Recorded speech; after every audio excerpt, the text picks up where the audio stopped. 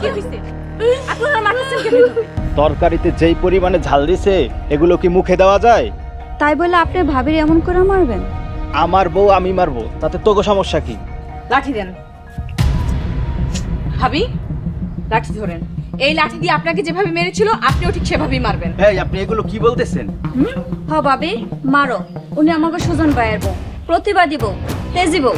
অন্যায়ের প্রতিবাদ না করলে কিন্তু সারা জীবন মার খেয়ে যেতে হবে। এখনই মারো। কুমা কুমা বাগো, কুমা কুমা বাগো। আলমারিস্টার ভাই মাফ কর, মাফ কর, মাফ কর, মাফ কর। ভাবি, আর মারবো? কি এখন কেমন লাগছে?